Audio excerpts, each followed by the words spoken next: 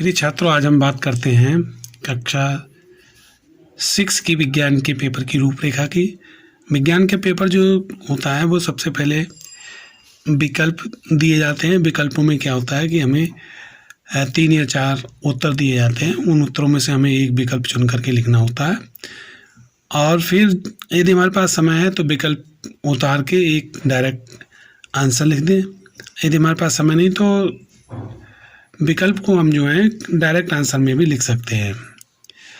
यदि समय है तो विकल्प को उतार लीजिए, बराबर का निशान लगाइए और सही विकल्प चुन करके आप लिख दीजिए। उसके बाद बात करते हैं अतिलघु उत्तरीय प्रश्न। अतिलघु उत्तरीय प्रश्न की जो रूपरेखा होती है वो 2 से 3 लाइन, 3-4 हाथ, इससे ज़्यादा हमें अतिलघु उत्तरीय प्रश्न नहीं लिखना चाहिए। अतिलघु उत्तरीय प्रश्न जो होते हैं वो 1 या 2 नंबर के, एक ही नंबर के मान के चलते हैं, एक ही नंबर के होते हैं और इनमें हमें अपना समय ज़्यादा ख़राब नहीं करना चाहिए। 2-3 लाइनों में इनका आंसर लिख करके बात को ख़त्म कर देनी चाहिए।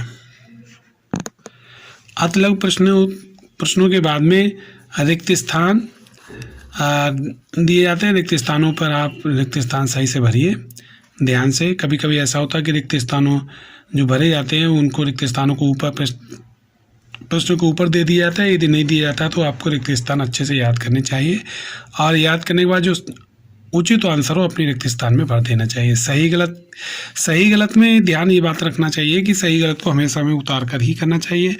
यदि हम उतार कर नहीं करते, कभी कभी ऐसा होता है कि वो प्रश्न कभी आगे पीछे उतर जाते हैं तो जो तुम्हारा सही का होता है वो गलत हो जाता है, जो गलत हो जाता है वो सही होता है। आपका दिमाग भटक सकता है, इसलिए आपको क्या करना है, सही गलतों को पहले उतार लीजिए। जो आंसर सही है उस पर टिक कर दीजिए और जो आंसर गलत है उस पर क्रॉस का निशान लगा दीजिए।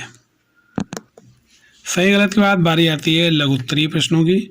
लघु उत्तरीय प्रश्नों में आपको क्या करना है कि इन प्रश्नों को हमें 80 शब्द में समाप्त कर देना चाहिए। लघु उत्तरीय प्रश्नों को करते समय इस बात का ध्यान रखना है हमें कि यदि किसी लघु उत्तरीय प्रश्न में चित्र है तो हमें चित्र बनाना चाहिए। चित्र बनाने से ये होता है कि हमें ये पता चल जाता है कि प्रश्नों के आपने उत्तर ठीक से याद किया, आपको चित्र भी याद है। फिर बारी आती है दीर्घ उत्तरीय प्रश्नों की। दीर्घ उत्तरीय प्रश्नों में क्या करना है, हमें दीर्घ उत्तरीय प्रश्न बहुत ध्यान से करना चाहिए और इन प्रश्नों की संख्या पेपर में 2 से 3-4 तक हो सकती है। छोटे क्लासों में 4-5 तक दी जाती है, बड़े क्लासों की बात अभी नहीं करते हैं।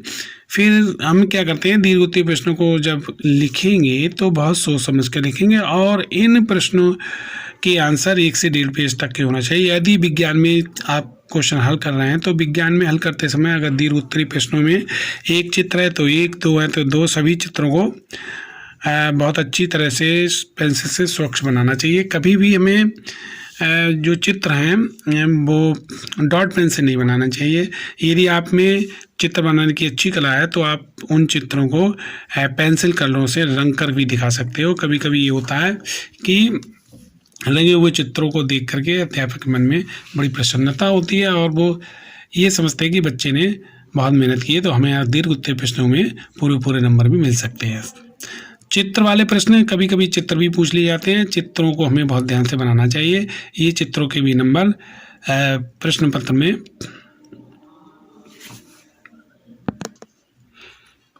में दिए गए होते हैं चित्रों के नंबर, और उसी के अनुसार हमें चित्र बनाना चाहिए। इसके बाद बात करते हैं मिलान को हमें भी कभी भी मिलान जो है हम जब करें तो हमें मिलान के आगे बराबर का निशान लगा करके ऊपर हेडिंग डाल देनी चाहिए, सही मिलान किया। फिर उसके बाद बराबर का निशान लगा कर उसके आंसर हमें लिख देना चाहिए, जिससे हमें सटीक जवाब मिल जाए।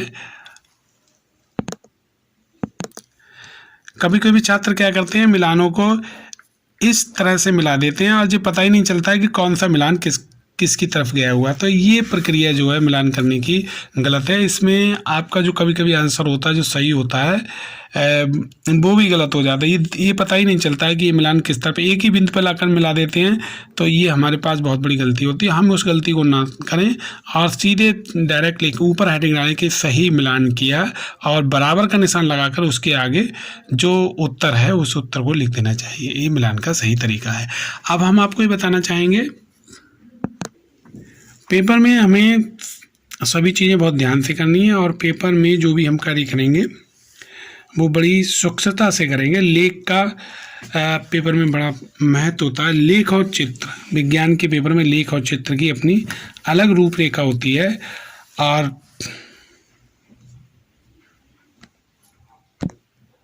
यदि हमारे पास समय है तो हमें क्या करना चाहिए, पेपर को बड़ी आसानी से धीरे धीरे और स्वच्छ शब्दों में करना चाहिए, जिससे हमारा पेपर बहुत अच्छा हो। मुझे आपको यही बताना था। जय हिंद, जय भारत।